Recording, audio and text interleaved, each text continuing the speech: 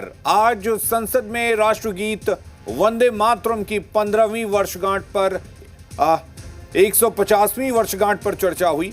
चर्चा की शुरुआत में ही पीएम मोदी ने कांग्रेस पर आरोप लगाकर बहस को गरमा दिया, जिसके बाद वंदे मातरम पर संसद में आर पार की जंग शुरू हो गई। स्वाभिमान अंग्रेजों के खिलाफ क्रांति के वीर सपूतों की भावना को जिस गीत ने सींचा, गुलामी की लौह बेड़ियों को जिस प्रेरणा गीत ने खाद पानी दिया, आज संसद में 150 सालों बाद उसी की गौरव गाथा प्रधानमंत्री नरेंद्र मोदी ने सुनाई। इतिहास इस बात का गवाह है कि कांग्रेस ने मुस्लिम लीग के सामने घुटने टेक दिए और मुस्लिम लीग के दबाव में किया।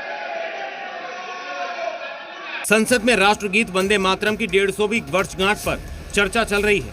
10 घंटे तक चलने वाली इस चर्चा की शुरुआत लोकसभा में प्रधानमंत्री नरेंद्र मोदी ने की। ये चर्चा वंदे मातरम की विरासत और 150 साल पूरे होने के मौके पर खास पार्लियामेंट्री फोकस का हिस्सा है। वंदे मातरम के 100 साल हुए तब देश आपातकाल की जंजीरों में जकड़ा हुआ था। जब वंदे मातरम 100 साल के अत्यंत उत्तम पर्व था, तब भारत के संविधान का गला घोंट दिया गया था। जब वंदे मातरम 100 साल का हुआ, तब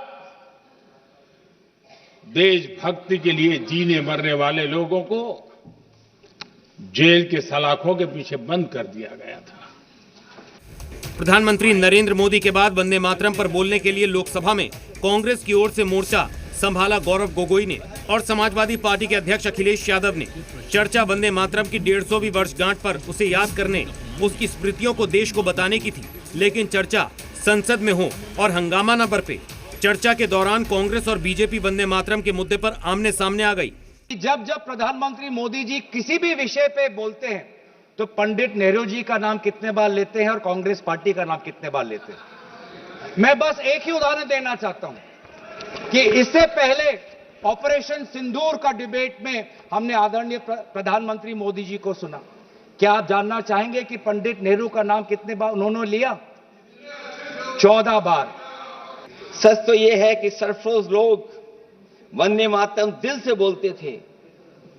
उन आजादी के दीवानों के खिलाफ कुछ लोग अंग्रेजों के लिए जासूसी और मुखबिरी का भी काम करते थे। दरअसल ये राष्ट्रवादी नहीं बल्कि राष्ट्र विवादी लोग हैं। असल में वंदे मातरम को लेकर सड़क से संसद तक माहौल गरमाया हुआ है। मुस्लिम समुदाय वंदे मातरम गाने से साफ इनकार कर रहा है। इस्लामी स्कॉलरों का कहना है कि किसी भी सूरत में इस गीत को नहीं पढ़ेंगे, क्योंकि ये इस्लामी सिद्धांत के खिलाफ है। बहरहाल संसद में वंदे मातरम पर चर्चा जारी है और इसी बीच संसद में गौरवशाली परंपरा का गुणगान भी जारी है।